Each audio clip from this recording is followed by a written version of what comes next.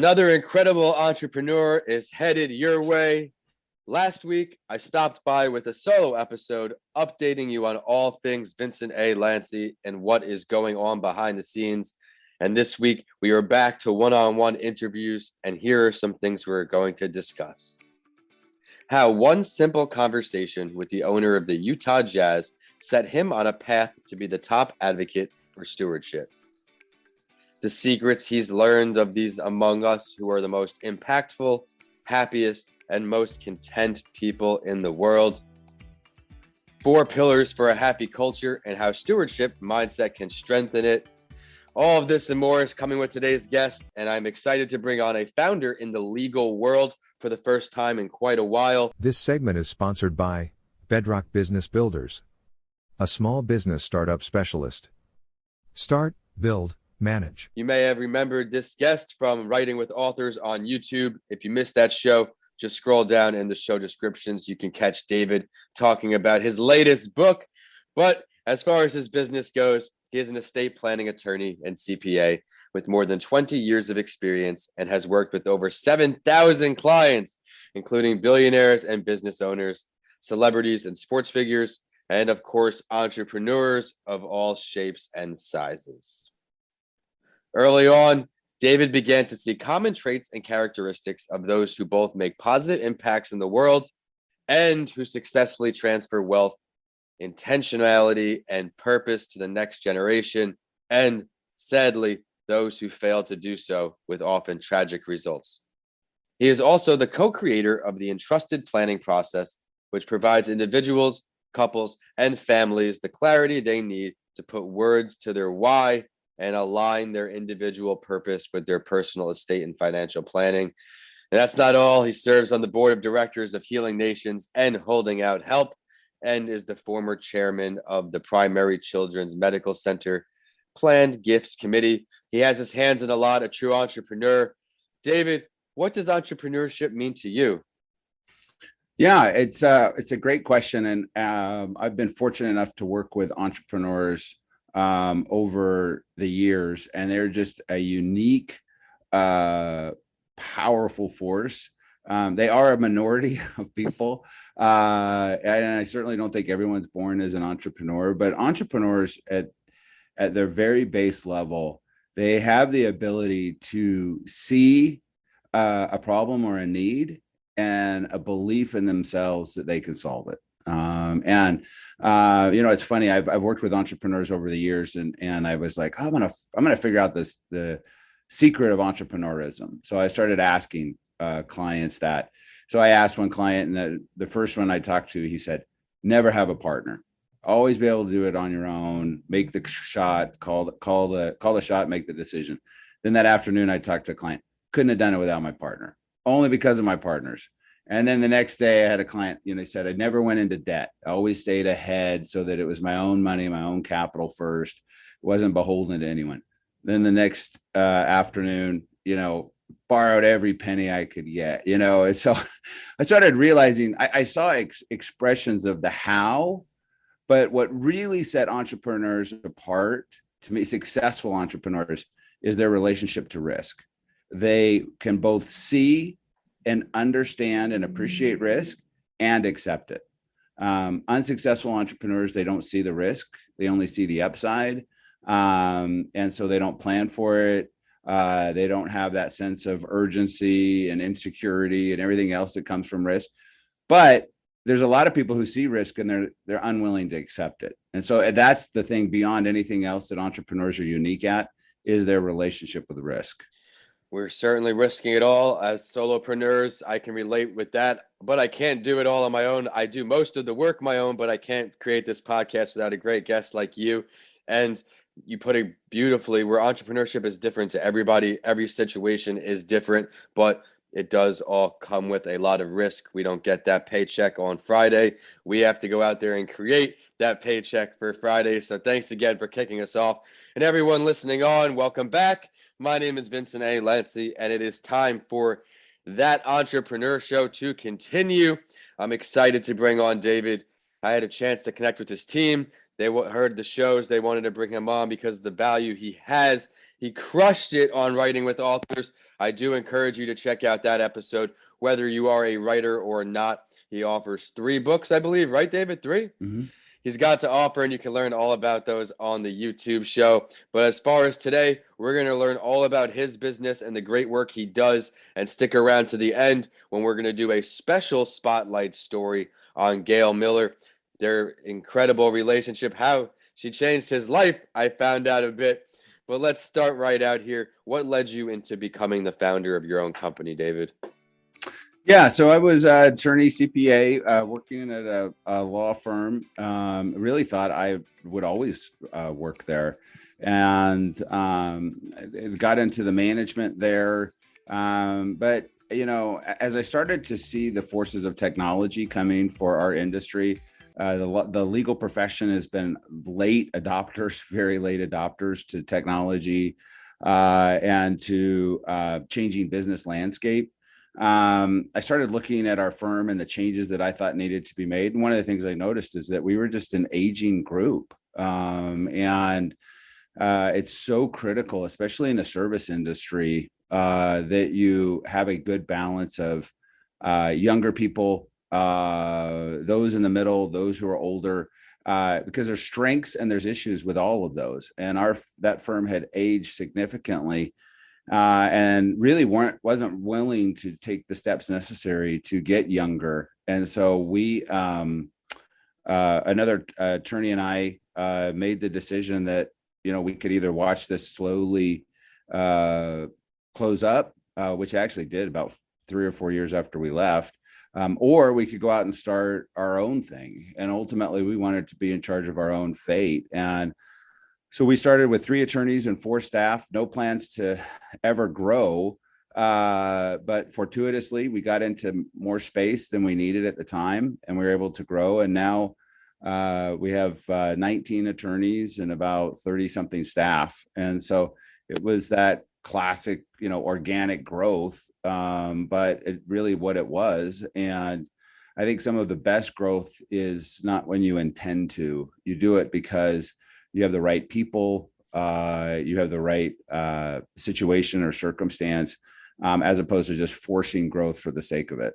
I was just going to say, when you're not forcing things probably are going to tend to go a lot smoother. You mentioned a great thing there, hiring the right people, surrounding yourself with the right people. Is there any tips you can give our audience, maybe new business owners, maybe making that first or second hire, some things to look for in those potential hires? Yeah. So I think one of the things that I think is key, and I've seen this both in successful individuals as well as successful businesses, but at a fundamental level, it's same whether you're an individual, whether you're an organization or a business. Those that are most successful, they know who they are, what they value, and what they believe. They have clarity in their why, and that drives their who and their how. And so at our firm, we actually have 4 core values that we want to be identified as. And our 4 core values are connection, artistry, generosity, and excellence. Now, those may not be words you think of when you think of a law firm, but that's how we want to see. We want to connect with each other as co-laborers, and also with our clients and the community.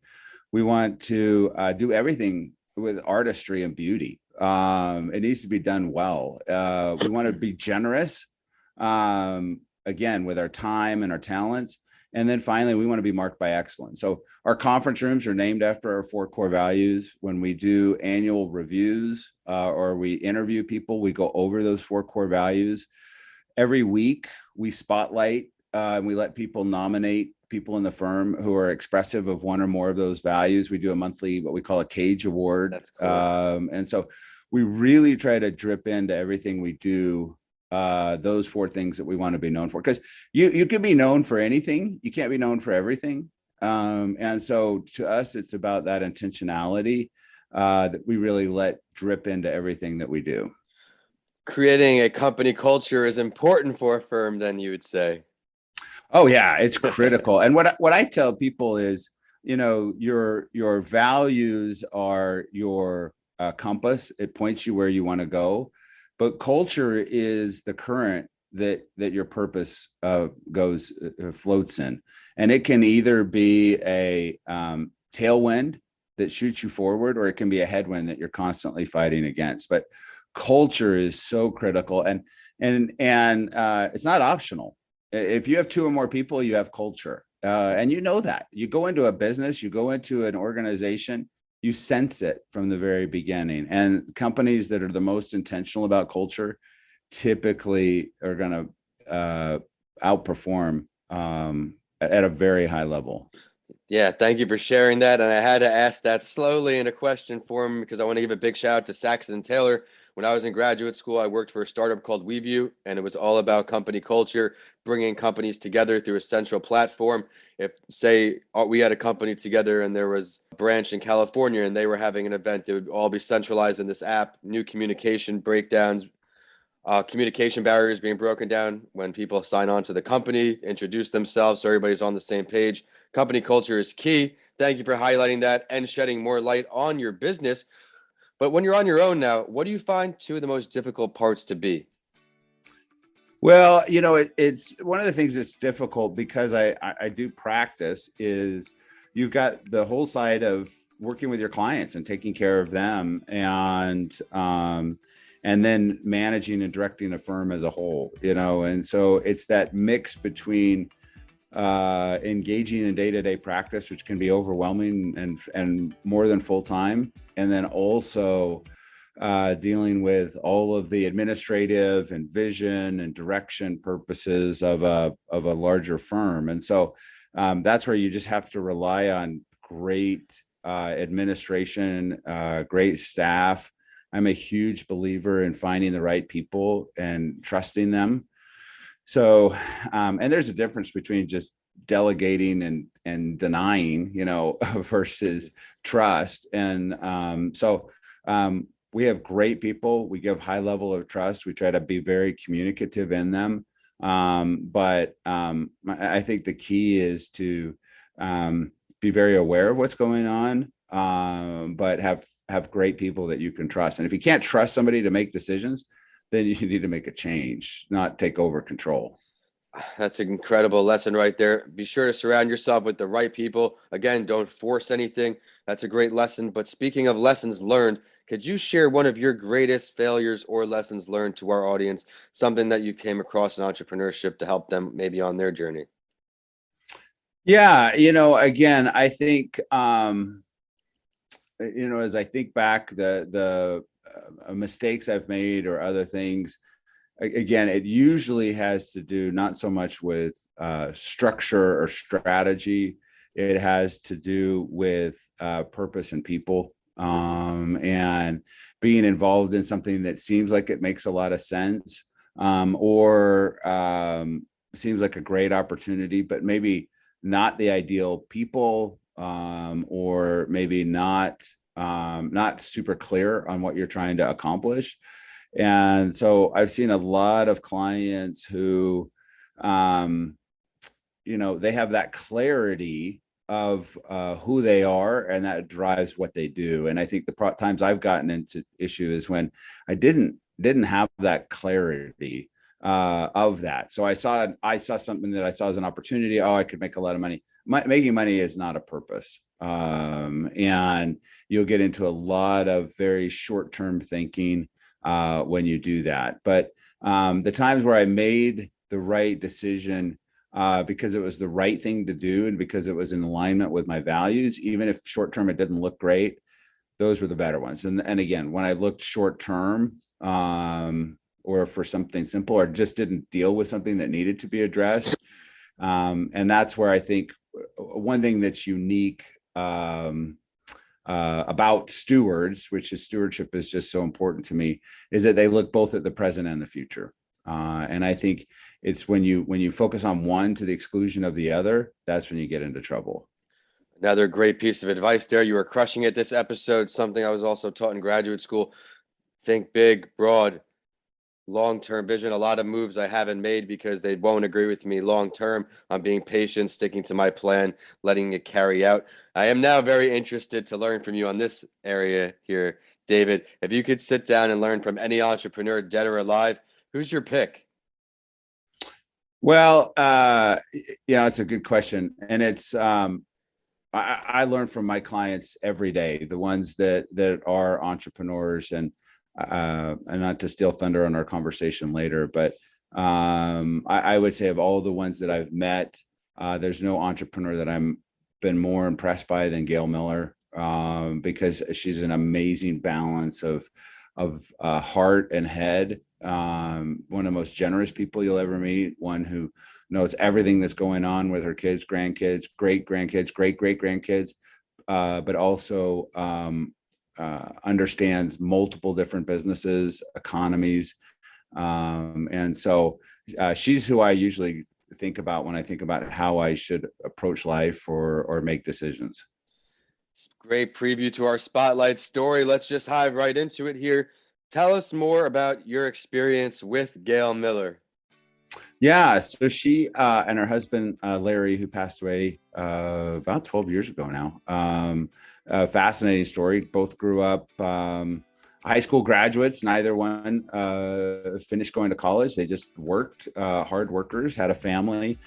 He started working in a parts department of automobile dealership, and had kind of an eidetic memory. Learned knew every part by number, name.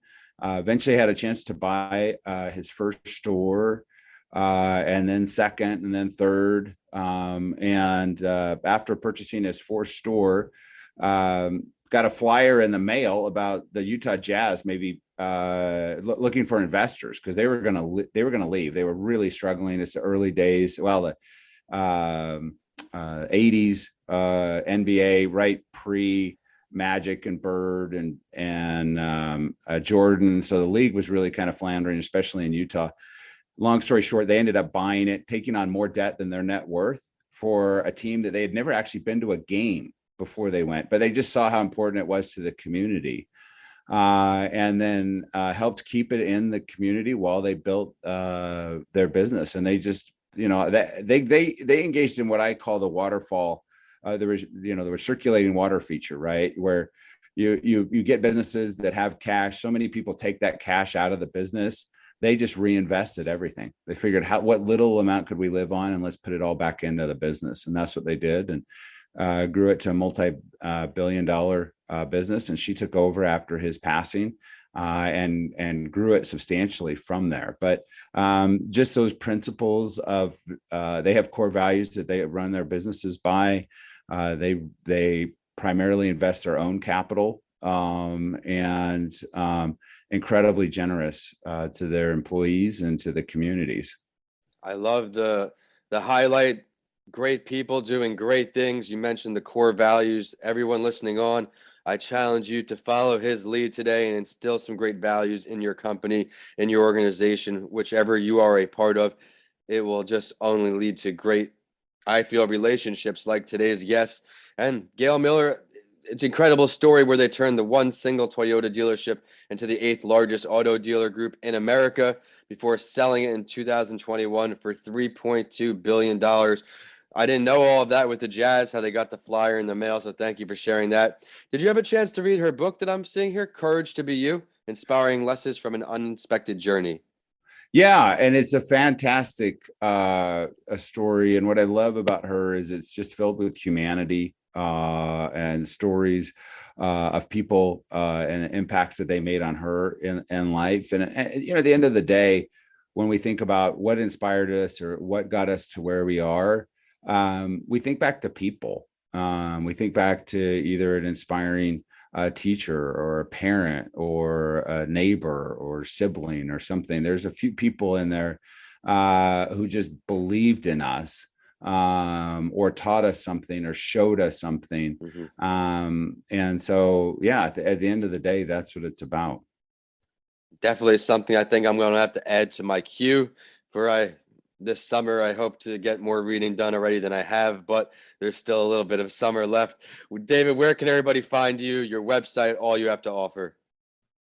Yeah, so you can go to davidryork.com. It's got a link to my TED Talk I did on wealth. It's got access to the books. We wrote one on kind of the key disciplines of families that successfully transfer wealth.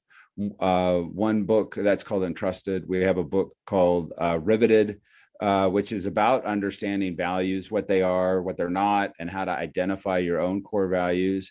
And then the one I just finished is called The Gift of Lift, and it's about this notion of and mindset of stewardship, on how I think it's the antidote to commercialism.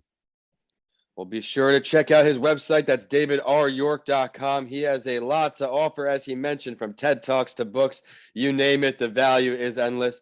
And I am at Vincent A. Lancey and at That Entrepreneur Show. You can learn more about me on YouTube.